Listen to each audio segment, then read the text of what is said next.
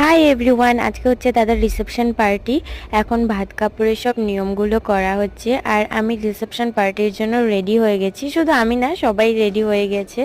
এই যে দিদি, জিজু, আমার ভাগ্নি, ভাইস্তা সবাই রেডি হয়ে গেছে। আর আমরা এসে পড়েছি এখন রিসেপশন ভেন্যুতে। এসে আমি কফি খেলাম, পকোড়া খেলাম, জিলিপি ছিল কিন্তু জিলিপি খাইনি। তারপর সবাই মিলে একটু হই হুল্লোড় নাচানাচি শুরু করলাম। এটা তো করতেই হবে, খুব এনজয় করেছি কিন্তু আমরা। আর এদিকে শুরু হয়ে গেছে ব্রাইড গ্রুমের ফটো সেশন। আর তারপর আমি আর ভাগ্নি খেতে এসে পড়েছি। অ্যান্ড বাই গাইস, দেখা হচ্ছে নেক্সট মিনি ব্লগে। হাই এভরিওয়ান, আজকে হচ্ছে দাদার রিসেপশন পার্টি।